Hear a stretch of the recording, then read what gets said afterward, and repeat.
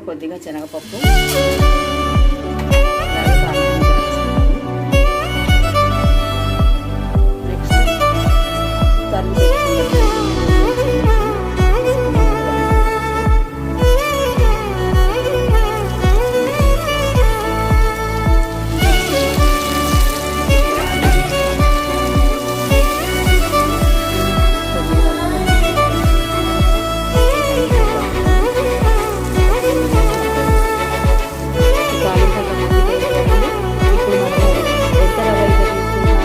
Double water ఎసరు పోసుకున్నామండి.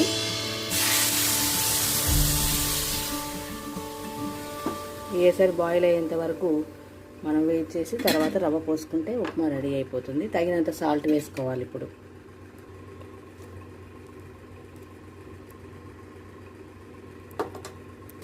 గోధుమ రవ్వ కాబట్టి కాసింత ఎసరు ఎక్కువ పోసుకున్నా పర్లేదండి, మెత్తగా ఉడుకుతుంది. సో ఎసరు వచ్చేసింది కదండి, ఇప్పుడు బాయిల్ అయ్యేటప్పుడు మనం రవ్వను పోసేసుకుందాం.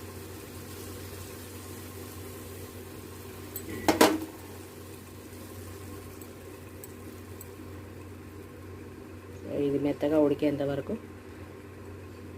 వెయిట్ చేయాలి. చూడండి దగ్గరికి మంచిగా మగ్గిపోయి ఉడికిపోయింది కదండి. గోధుమ రవ్వ ఉప్మా రెడీ అండి. Thank you for watching.